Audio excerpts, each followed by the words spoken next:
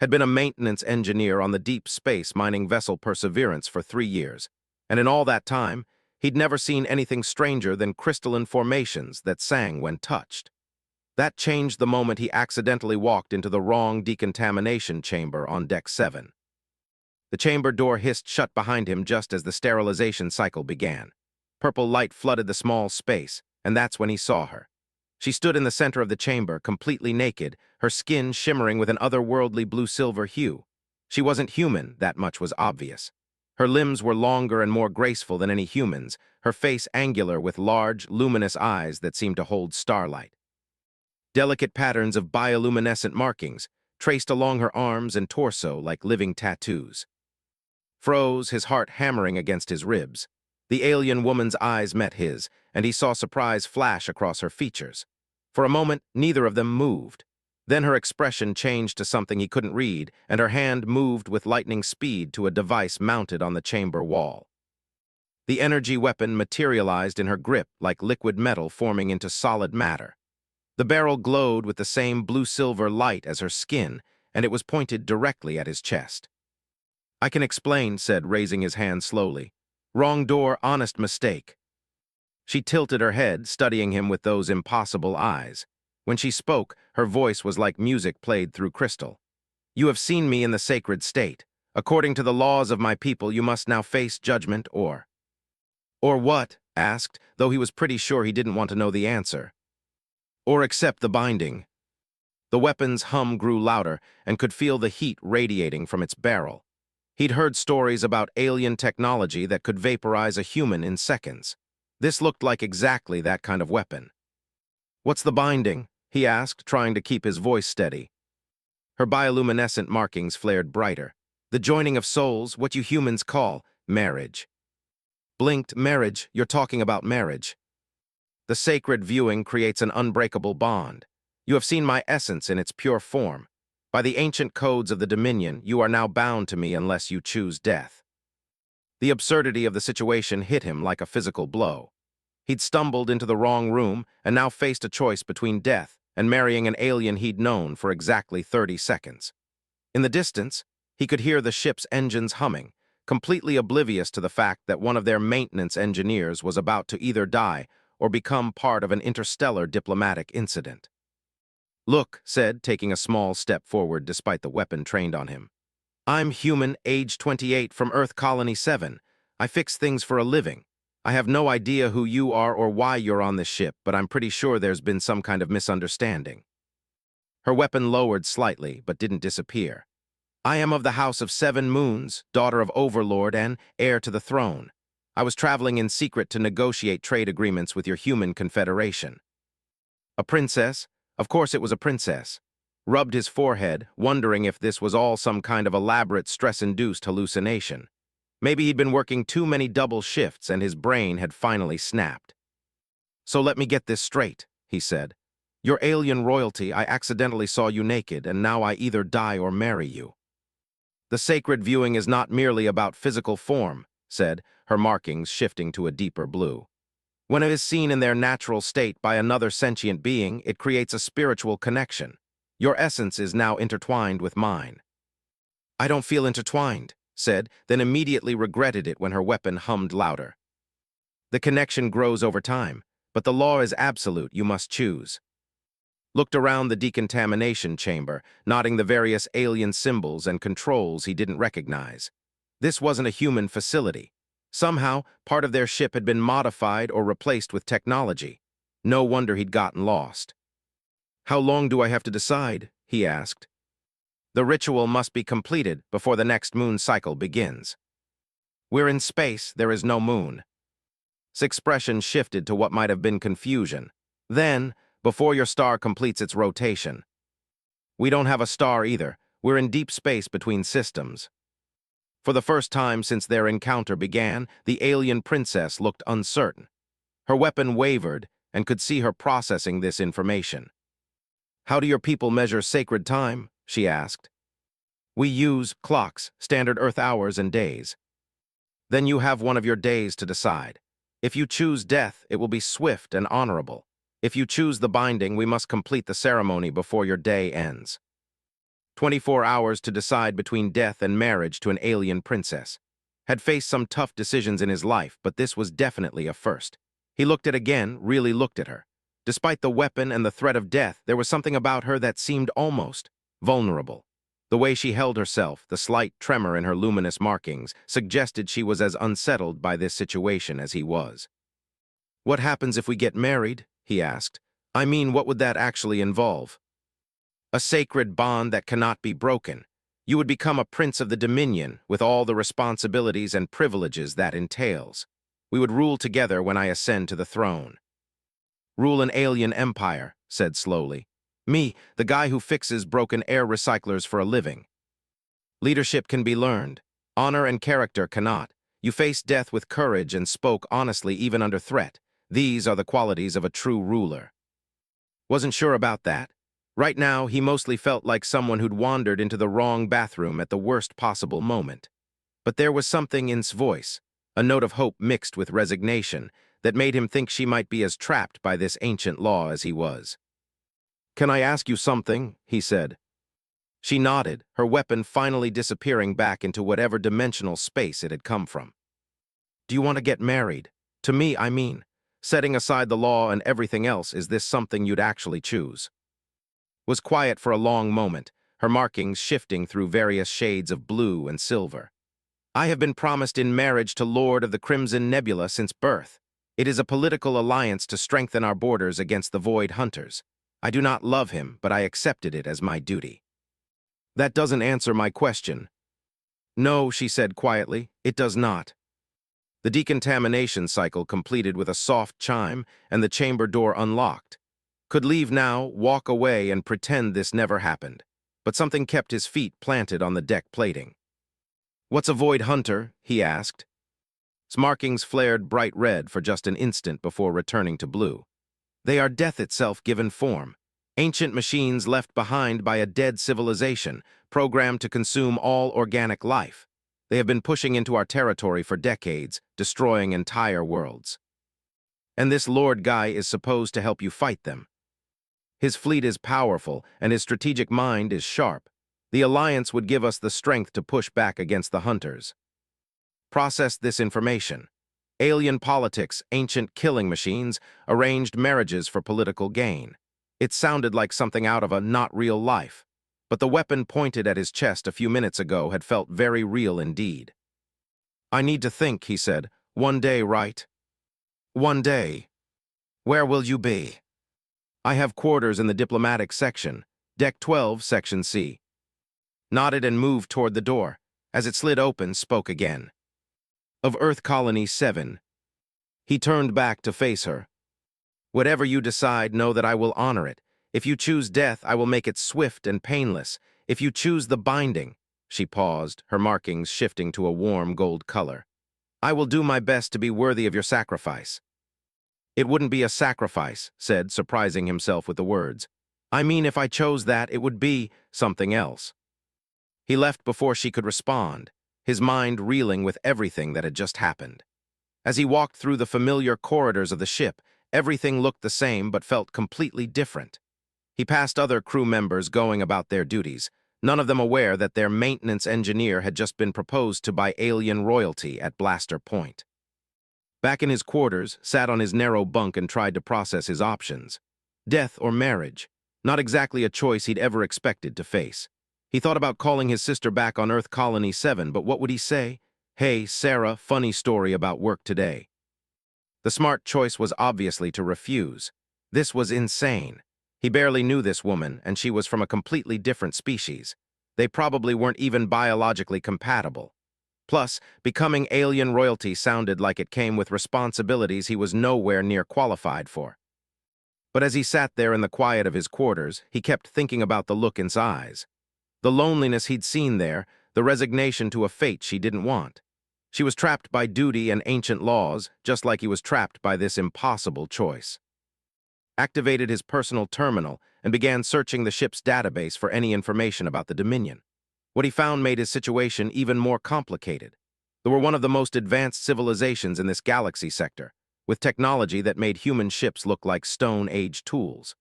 They were also humanity's most important potential ally against several hostile alien factions that had been testing Earth's outer colonies.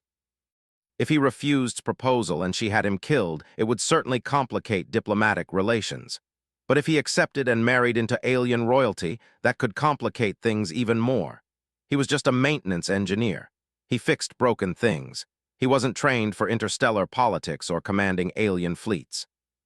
As the ship's night cycle began and the corridors grew quiet, found himself walking toward Deck 12. He told himself he was just going to ask more questions, get more information to help him decide. But deep down, he knew he'd already made his choice the moment he saw the loneliness in those starlight eyes. The diplomatic section was more luxurious than the rest of the ship, with wider corridors and actual artwork on the walls instead of bare metal plating. Section C was clearly marked, and he found quarters easily enough. He stood outside her door for several minutes, trying to figure out what to say. Finally, he pressed the door chime and waited. When the door slid open, stood there wearing flowing robes that seemed to be made of captured starlight. Her bioluminescent markings were dim, almost, and she looked smaller somehow than she had in the decontamination chamber. She said, and he could hear surprise in her melodic voice, "I did not expect to see you until tomorrow." "I've been thinking," he said, "about what you said, about the Void Hunters and your arranged marriage and all of it." She stepped aside to let him into her quarters, which were decorated with what looked like crystalline sculptures that hummed softly with their own inner light.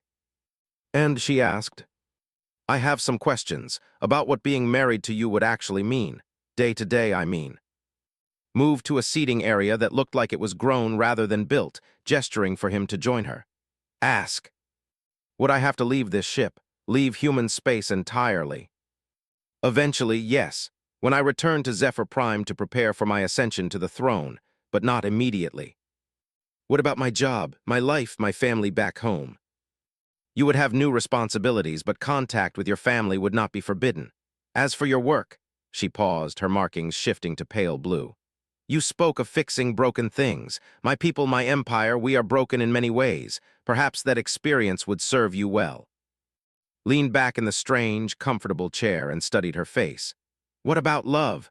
Do fall in love, or is everything just political arrangement?" Her markings flared bright gold, then faded to silver. "We feel deeply, perhaps more deeply than humans, but royal love is considered a luxury, something that interferes with duty." "That's not what I asked." She was quiet for a long moment. "I have never been in love. I do not know if I am capable of it." "Everyone's capable of it," said. "Sometimes it just takes the right person and the right circumstances." "Is that why you came here tonight, to speak of love?" Looked around her quarters, taking in the alien beauty of everything around him.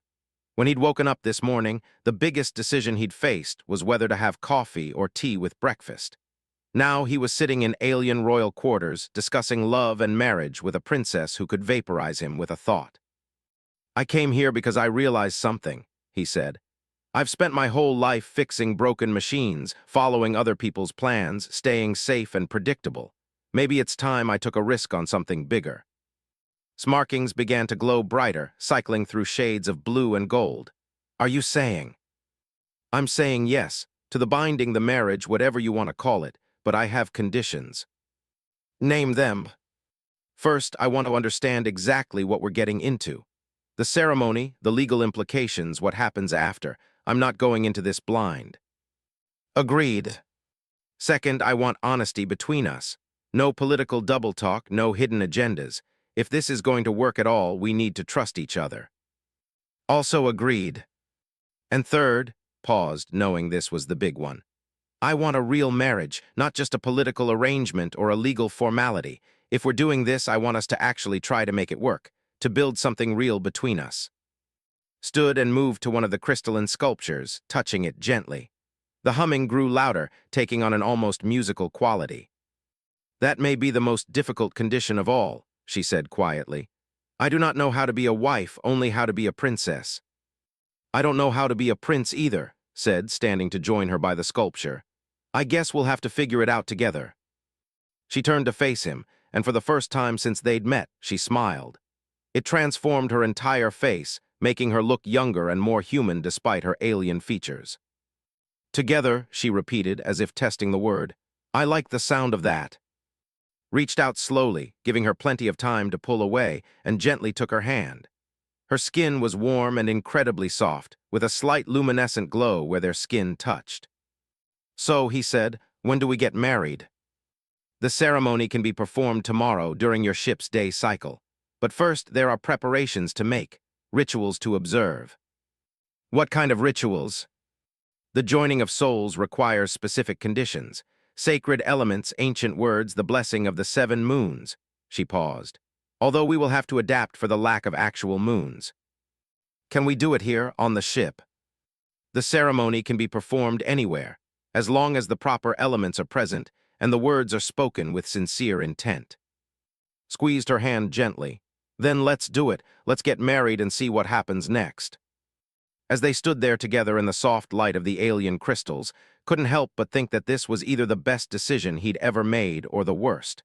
But for the first time in years, he felt truly alive, like he was finally doing something that mattered. Outside the viewports, stars wheeled slowly past as the ship continued on its journey through the void. Neither of them knew that their decision would soon set in motion events that would reshape the balance of power in the galaxy, or that their unlikely union would become humanity's greatest hope against the coming darkness. All they knew was that they had found something unexpected in each other, something worth the risk of leaving everything familiar behind. The wedding ceremony took place in Cargo Bay 7, which had somehow transformed overnight into something that looked like a piece of another world. Crystalline formations sprouted from the deck plating, humming with soft harmonies that seemed to resonate in spones. Streams of light danced through the air without any visible source, creating patterns that hurt to look at directly but felt beautiful at the edges of his vision. Stood in the center of it all wearing his best maintenance uniform, which suddenly felt incredibly inadequate. He'd tried to find something more formal, but the ship's quartermaster had just laughed when he'd asked about wedding attire for marrying alien royalty. So here he was, about to become a prince in work clothes. Entered the transformed cargo bay like a being made of pure light. Her ceremonial robes flowed around her like liquid starlight, and her bioluminescent markings had taken on patterns he'd never seen before, intricate spirals and flowing lines that seemed to tell a story in a language of light.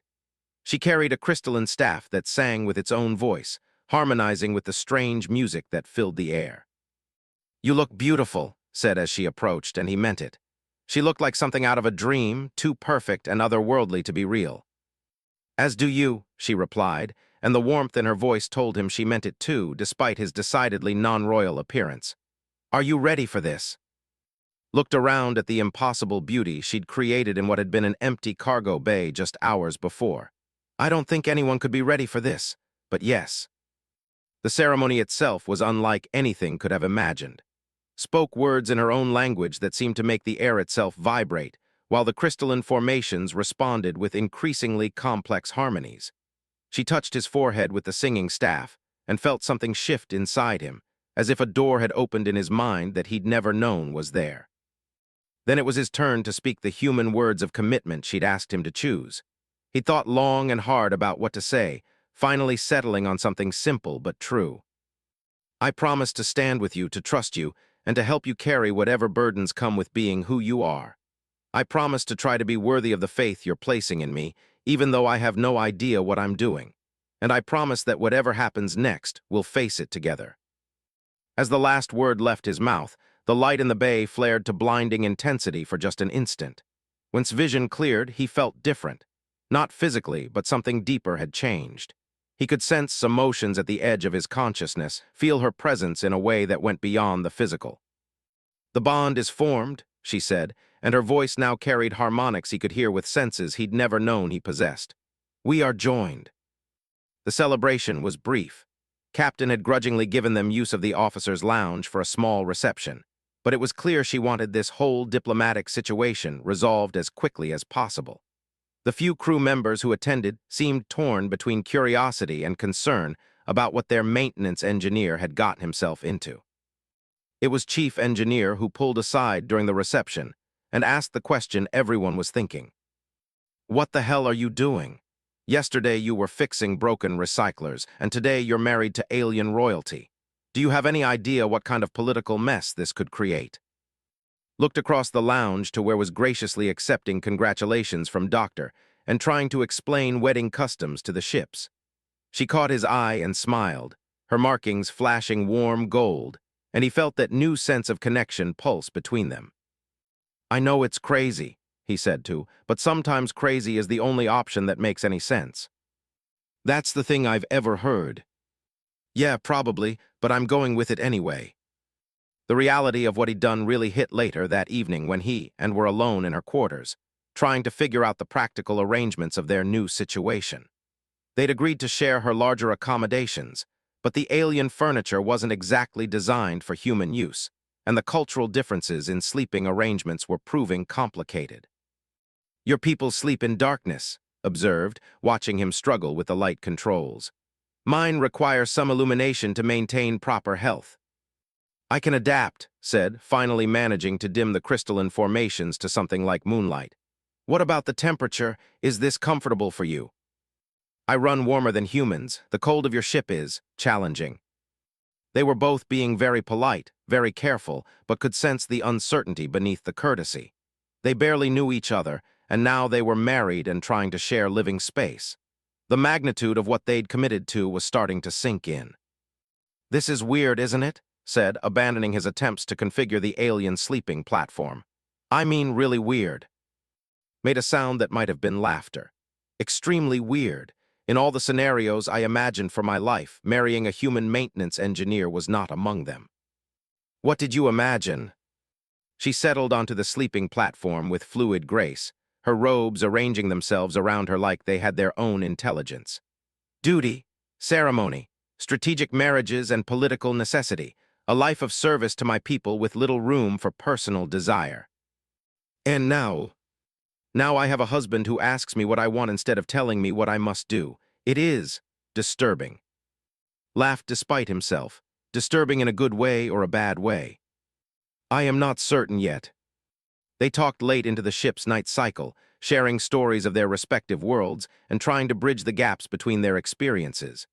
Told her about growing up on Earth Colony 7, about his parents' small farming operation and his sister's work as a teacher. Spoke of the crystal cities of Zephyr Prime, where buildings grew instead of being built, and the very air hummed with ancient technologies. "Your empire sounds incredible," said. "Beautiful and advanced and powerful. What am I supposed to contribute to something like that?" Was quiet for a moment, her markings shifting to a contemplative blue. "Do you know what the greatest weakness of an advanced civilization is?" "No." "Forgetting how to fix things that break. We have become so focused on creating new wonders that we have lost the ability to maintain what we already have. Our technology fails, and we replace it rather than repair it. Our social structures fracture, and we impose new laws rather than addressing the underlying problems. So you need a maintenance engineer. We need someone who sees a broken thing and thinks about how to make it work again, not how to throw it away and start over."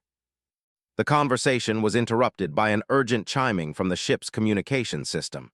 Captain's voice echoed through the quarters with barely contained tension. "All senior staff to the bridge immediately. We have a priority 1 situation." And exchanged glances. Whatever was happening couldn't be good. They arrived on the bridge to find it in controlled chaos.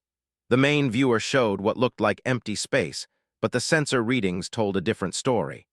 The crew was tracking multiple contacts moving at impossible speeds, appearing and disappearing from the sensors in patterns that made no sense. "Report," Captain ordered as they took their positions.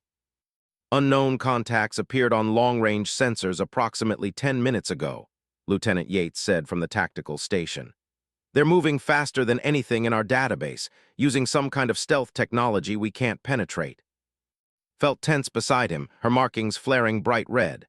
"Show me the sensor readings," she said, her voice carrying an authority that made the bridge crew respond immediately. As the data flowed across the displays, her markings grew darker. "Captain, you must change course immediately, full power to engines." "Why?" demanded. "What are those contacts?" "Void hunters," said, and the temperature on the bridge seemed to drop several degrees. "They have found us." The main viewer suddenly filled with nightmare shapes emerging from the darkness of space. The ships, if they could be called ships, looked like they were made of crystallized shadow and raw hunger. They moved with an organic fluidity that no mechanical vessel should possess, rippling through space like predators swimming through an alien sea. "How many?" asked, her training keeping her voice steady despite the obvious terror of the situation. 7 hunter packs, said, studying the readings with grim expertise. Perhaps 40 individual units, more than enough to destroy this vessel and everyone aboard. Can we outrun them? No, they are faster than any ship in known space. Our only chance is to hide or fight, and this vessel is not equipped for combat with void hunters. Watched the alien shapes on the viewer and felt something cold settle in his stomach. These weren't just enemy ships. They radiated wrongness, a sense of fundamentally hostile intelligence that made his skin crawl even through the safety of the ship's hull. "What do they want?" he asked. "To consume," said simply. "They were created by a dead civilization as the ultimate weapon. Their programming is simple: find organic life and destroy it. They have been doing so for thousands of years, moving from system to system, leaving only empty space behind." "How do we fight them?" "You do not. Only the combined fleets of the great powers have been able to stand against them, and even then with terrible losses." As if summoned by her words, the Void Hunter ships suddenly accelerated toward the Perseverance. The bridge crew watched in horrified fascination as the alien vessels moved through space in ways that violated every law of physics they understood. "Incoming transmission," Yates reported. "From the Hunters?" asked. "No, ma'am, it's a battle fleet. They're requesting permission to protect this vessel." Smarkings flared brilliant gold.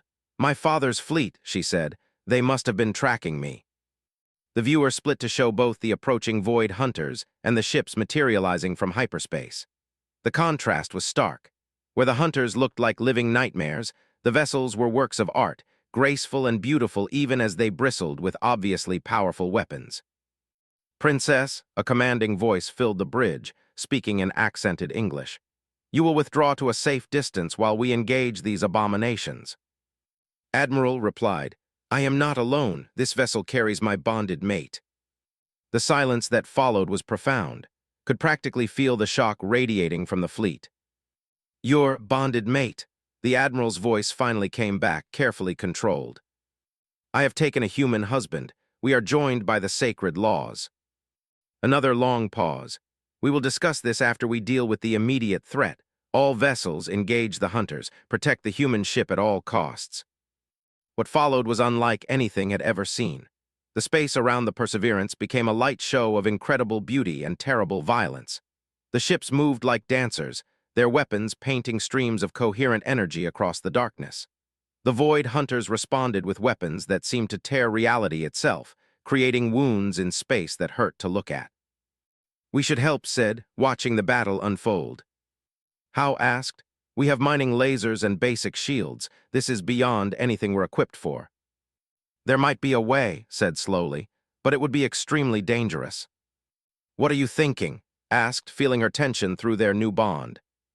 "Void Hunters are drawn to large concentrations of organic life force. That is why they are attacking here, why they found us despite our stealth. My presence, my royal life essence, calls to them like a beacon." "So we hide you," said. "No, we use that attraction. If I were to enhance my life signature, broadcast it at full power, I could draw them away from your ship and toward the fleet, where they can be more easily destroyed." "And if something goes wrong?" asked, though he could already feel her determination through their bond. "Then I die, and you become a widower on your first day of marriage." Grabbed her arm, feeling the warmth of her skin through the fabric of her ceremonial robes. "No, we just got married. We just started figuring this out. I'm not losing you already." "It may be the only way to save your ship and crew." "Then we do it together." "You do not understand. The process requires a royal bloodline. You cannot." "I'm your husband," interrupted. "Doesn't that make me royal too now?" Stared at him, her markings shifting through rapid color changes as she processed this possibility. The bonding. Yes, theoretically the marriage bond should have shared certain essential qualities, but it has never been tested with a human. "First time for everything," said. "What do we need to do?" The plan was insane, even by the standards of their situation. They would need to get to the ship's main power core and use royal life essence. amplified by human determination and their marriage bond, to create a psychic beacon that would draw the void hunters toward the fleet and away from the defenseless human ship. The problem was that the process could easily kill them both if human physiology couldn't handle the psychic energies involved. "I estimate a 60% chance of survival," said as they made their way through the ship's corridors toward the engine room. "Perhaps 70% if the bond is stronger than theoretical calculations suggest." "What are the odds if we don't try?" asked. 0%. The hunters will break through the fleet's defenses eventually. They always do." They reached the engine room to find Chief and his team working frantically to boost power to the shields. The elderly engineer looked up as they entered, took one look at their expressions, and sighed. "What crazy thing are you planning now?" Quickly explained their plan.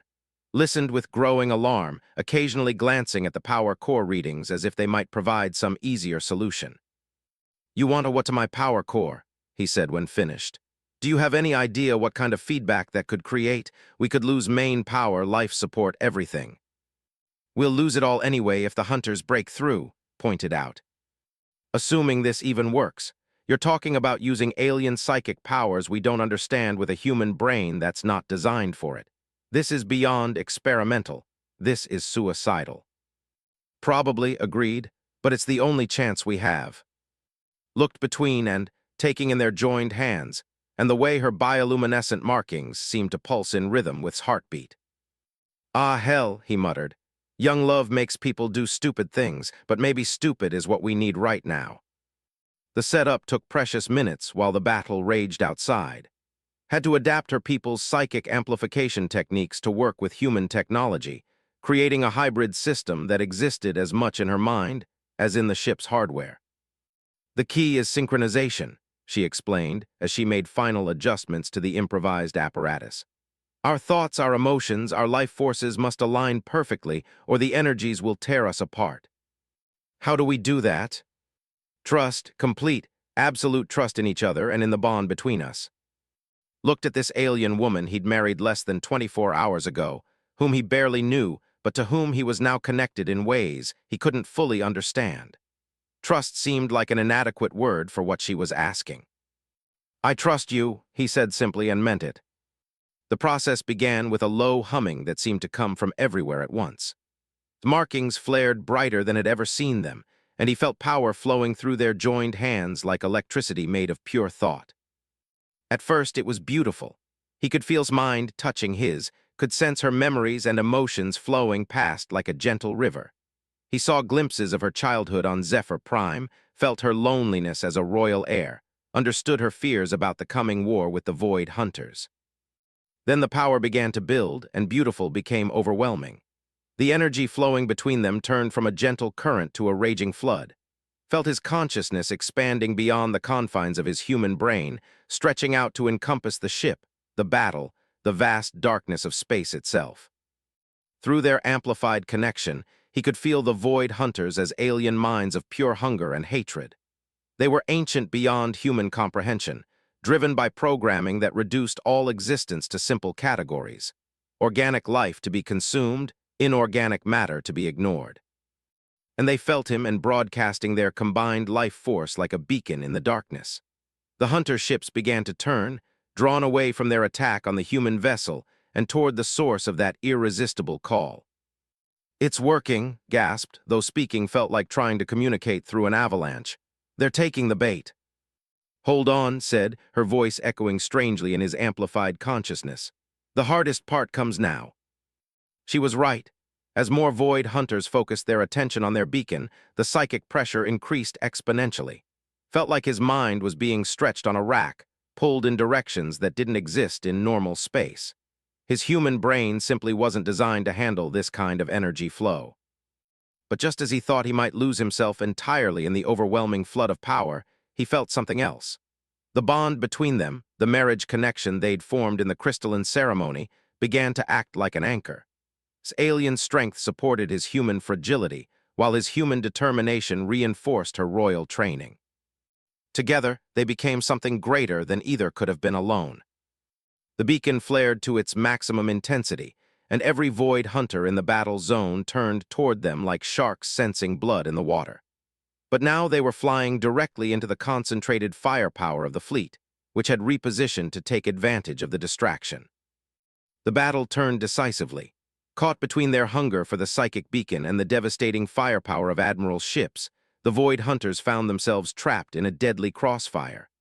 One by one, the nightmare vessels were destroyed, their alien hulls shattered by weapons that turned dark energy against itself.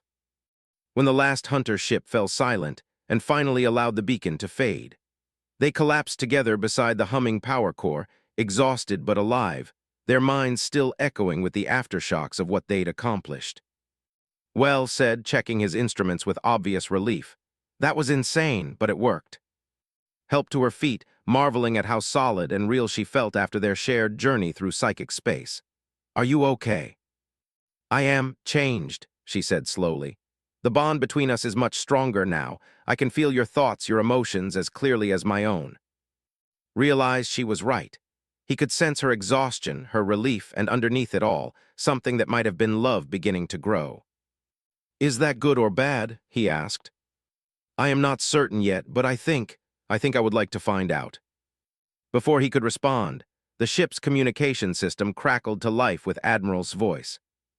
"Princess, you will report to my flagship immediately. We have much to discuss regarding your marriage and its implications for the Empire."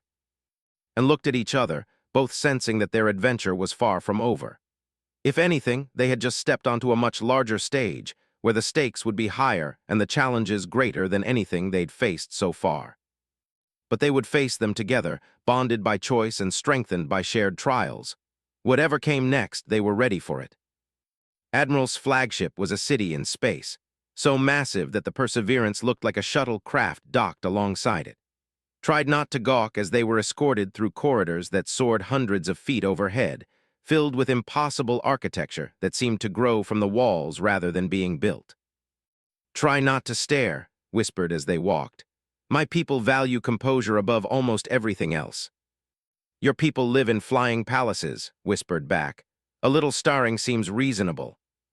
The throne room, because that's really what it was despite being called a conference chamber, was designed to intimidate. Admiral sat on a raised platform surrounded by holographic displays showing fleet positions, tactical data, and what looked like real-time reports from across the Dominion. The Admiral himself was clearly related to, sharing her elongated features and bioluminescent markings, though his were decorated with military insignia that pulsed in complex patterns. His expression as they approached could have frozen helium. "Daughter of my sister," he said formally, his voice echoing in the vast chamber. "Explain to me how you came to bond with this human, without consultation with the Imperial Council or your father's approval." "The sacred viewing occurred by accident," replied, her own voice taking on formal tones had never heard from her before. "The ancient laws were invoked. I offered the choice of death or binding. He chose binding." "And you accepted this choice, from an alien, a maintenance worker." Felt heat rising in his cheeks, but squeezed his hand gently, her markings flashing in what he was learning to recognize as a warning. "I accepted the choice of citizen of Earth Colony 7, engineer and warrior who fought beside me against the Void Hunters and helped save both our peoples from destruction." Admiral's markings shifted to what might have been surprise. "Warrior." He linked his mind to mine and helped create the psychic beacon that drew the hunters to our guns. Without his courage and strength, both his ship and ours would have been destroyed. The Admiral studied with new interest, his gaze taking in the human's obviously non-military bearing and maintenance uniform. "Is this true, human?" he asked directly. "I don't know about the warrior part," replied. "But yes, we worked together to create the beacon, did most of the heavy lifting. I just held on and tried not to die." Modesty, mused. Unusual in a royal spouse. "Tell me of Earth Colony 7, do you understand what you have committed yourself to?" "Some of it," said honestly. "I know I've married into royalty of a powerful empire. I know there are political implications I probably don't understand. I know the Void Hunters are a threat to all organic life. And I know that your niece is remarkable in ways I'm still discovering."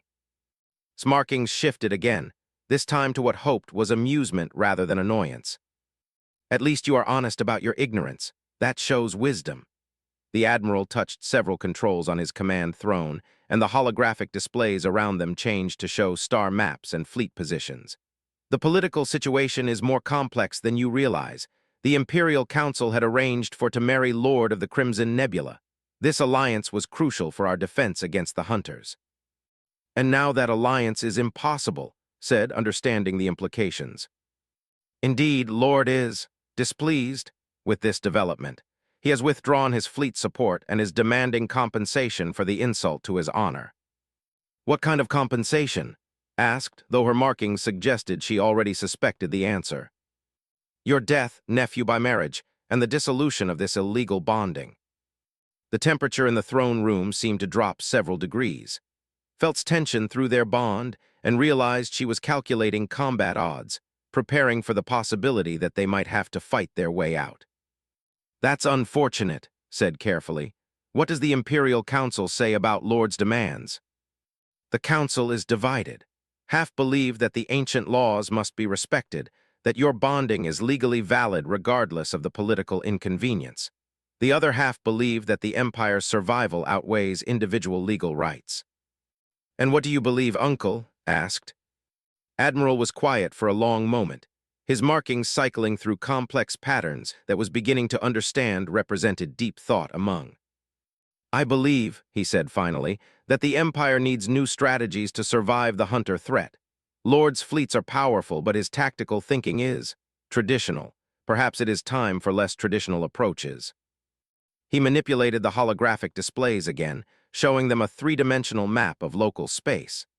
Red markers indicated known void Hunter positions, while blue showed Allied fleet concentrations. The Hunters are adapting, explained. They learn from each engagement, modify their tactics, evolve their technology. Our traditional defensive strategies become less effective with each battle. What we need are new ideas, unexpected approaches. Like using psychic beacons to lure them into crossfires, said, beginning to see where this was leading. Exactly.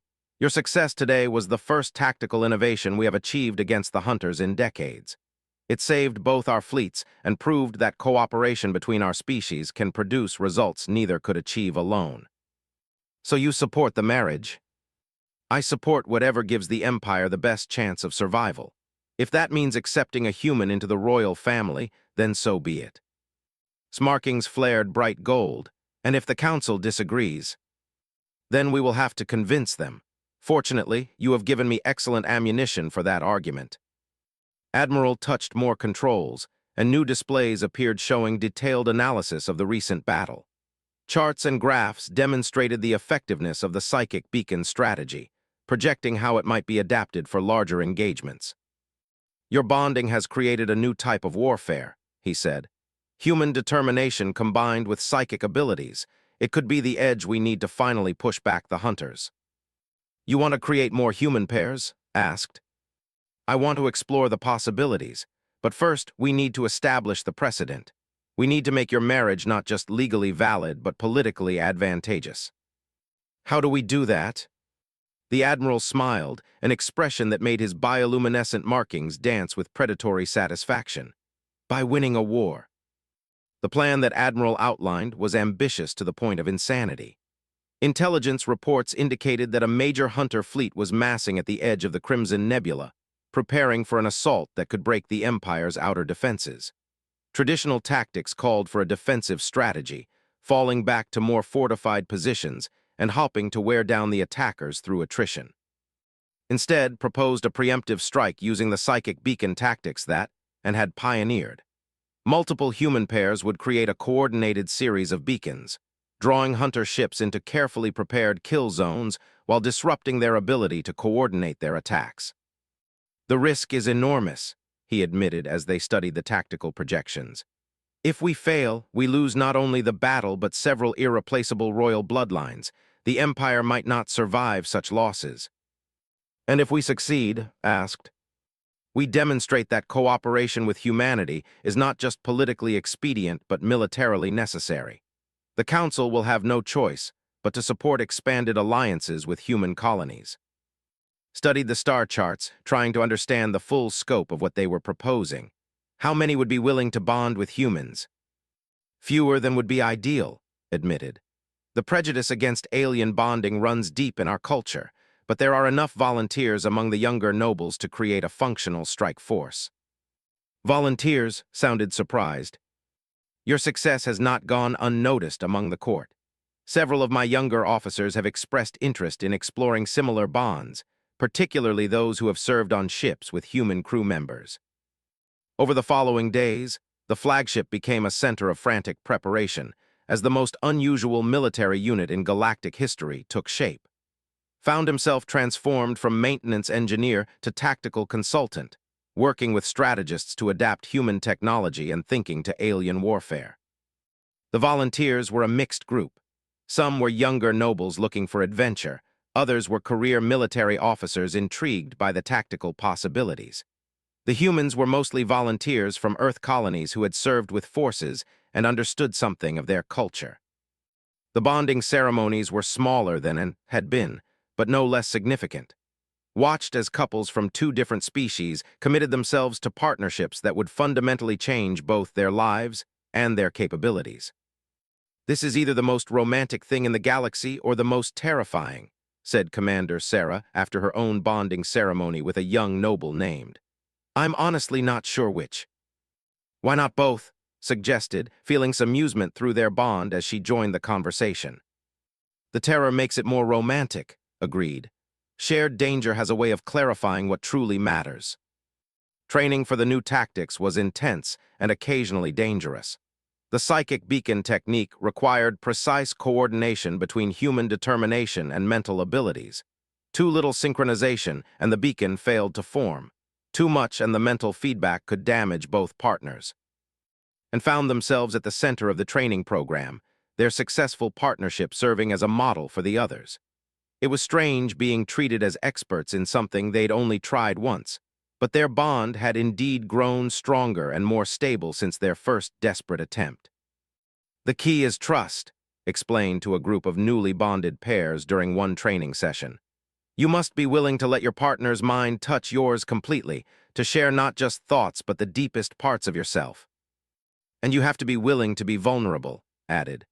The power flows through emotional connection as much as psychic ability. If you're holding back, protecting yourself, it won't work. It was during one of these training sessions that Lord arrived. Felt the change in atmosphere immediately. Conversations stopped, and every in the training bay suddenly became very focused on their assigned tasks. Through his bond with, he sensed her mixture of anger, resignation, and something that might have been fear. Lord was everything had expected, and worse. Tall even by standards, with markings that spoke of ancient bloodlines and military honors, he radiated the kind of confidence that came from never being told no. His entourage of guards and advisors followed him into the training bay like a small army. Princess, he said, his voice carrying clearly across the entire space, and the alien who has stolen what was mine. Nothing was stolen, replied calmly.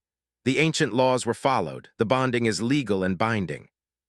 Ancient laws written when our people were primitive and desperate, said dismissively. They have no place in modern civilization.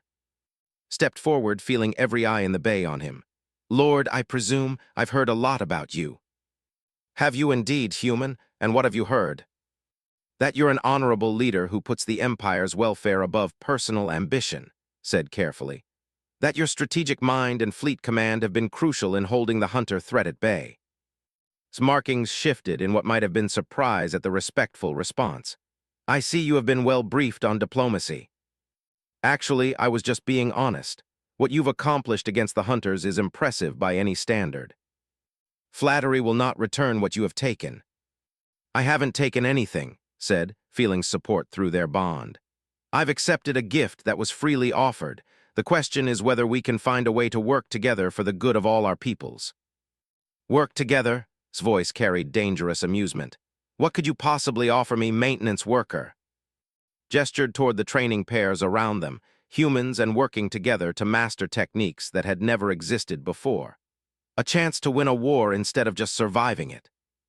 For the next hour, Admiral and his tactical staff demonstrated the capabilities of the bonded pairs.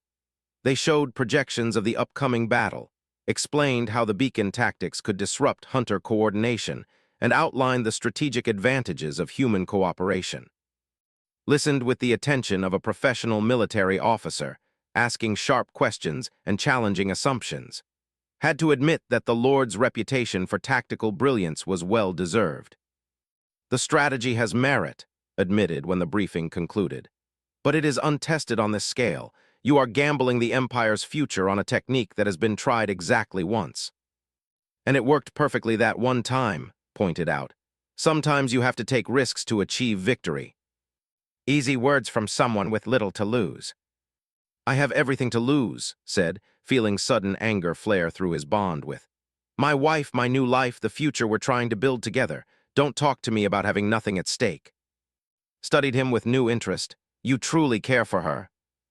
More than I thought possible for someone I've known less than a week. And you believe this bonding makes you worthy of royal blood. Considered the question seriously before answering.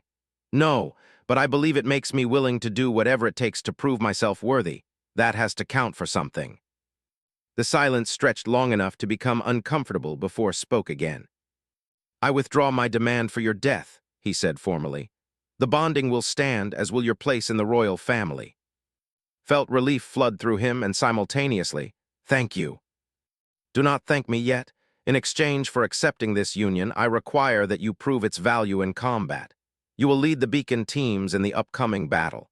If you succeed, I will publicly endorse the expansion of human cooperation. If you fail. If we fail, we'll probably be dead anyway, said. But yes, I accept. The battle for the Crimson Nebula took place 3 days later, and it was unlike anything in recorded military history. The Void Hunter fleet was even larger than intelligence had predicted, nearly 100 nightmare vessels moving through space like a plague of mechanical locusts. But they had never faced coordinated psychic warfare before. Found himself in the command center of Admiral's flagship, mentally linked not just to, but to all the bonded pairs spread across the Allied fleet. Through their shared consciousness, he could feel the determination of a dozen human minds and the ancient power of their partners. All teams report ready, Commander's voice came through the communications system. Beacon Formation Alpha is in position. Confirmed, came the replies from Beta, Gamma, and Delta formations. Ready for synchronized activation. Closed his eyes and reached out through his bond with, feeling her presence like a warm light in his mind. Together, they reached out to the other pairs, creating a network of linked consciousness that spanned light years. Activate beacons, Admiral ordered. What happened next was beautiful and terrible. Across the battlefield, points of brilliant light erupted into existence as the bonded pairs poured their combined life force into psychic beacons. The Void Hunters responded immediately, their formation breaking apart as individual ships were drawn toward the irresistible lures. But this time, the beacons were coordinated. As Hunter ships moved toward one beacon, it would fade while another flared to life, drawing them into carefully prepared kill zones where inhuman weapons waited. It's working, gasped, maintaining his part of the network despite the enormous mental strain. They're taking the bait. Hunter formation is completely disrupted, Admiral reported. All ships execute attack pattern Omega. The battle that followed was a masterpiece of tactical coordination. Void Hunter ships found themselves isolated and vulnerable, cut off from their support networks by the psychic interference of the beacons. One by one, they were destroyed by concentrated fire from ships they never saw coming. When the last Hunter vessel fell silent, the psychic network slowly dissolved as the bonded pairs allowed their beacons to fade. Opened his eyes to find the command center erupting in celebration around him. Victory, Admiral announced. Complete and total victory with minimal losses to our fleet. Through the viewports, could see the debris field that had once been a Hunter armada, their nightmare shapes reduced to drifting wreckage. It was the first decisive victory against the Hunters in living memory. The Empire is saved, said, her voice weak with exhaustion but bright with triumph. More than saved, Admiral replied. We have found a new way to fight, a way to win. In the weeks that followed, as news of the victory spread across both human and space, found himself at the center of a political revolution. The success of the human-bonded pairs had proven that cooperation between the species was not just possible but essential. The Imperial Council formally recognized his marriage to and granted him the title of Prince Consort of the Dominion. More importantly, they approved the expansion of the bonding program and the creation of joint military units. Lord, true to his word, became one of the strongest advocates for human cooperation, though he continued to challenge at every opportunity to prove himself worthy of his new position. "You have done something I thought impossible," he admitted during a diplomatic reception on Zephyr Prime. "You have changed the course of history." "We all did," replied, looking around at the mixed crowd of humans and working together on plans for expanded cooperation. "Sometimes change just needs someone willing to take the first step." "And sometimes," added, taking his hand and letting her markings flare with warm gold light, "it needs someone foolish enough to walk through the wrong door at exactly the right moment." As they stood there together, surrounded by the impossible beauty of the Crystal City and the promise of a future neither could have imagined, reflected on how much his life had changed. A week ago, he'd been a maintenance engineer whose biggest worry was fixing broken recycling units. Now he was a prince of an alien empire, bonded to a remarkable woman, and helping to forge an alliance that might save both their species from extinction. It wasn't the life he'd planned, but it was the life he'd chosen. And as he felt love and determination flowing through their bond, he knew it was exactly where he belonged. The Void Hunters were still out there, and there would be more battles to fight. But for the first time in generations, both humans and faced the future with hope instead of fear. They had found something stronger than either species possessed alone: the power of unity forged in the crucible of shared danger and unexpected love. And it had all started with a maintenance engineer walking through the wrong door and finding the courage to say yes to an impossible choice.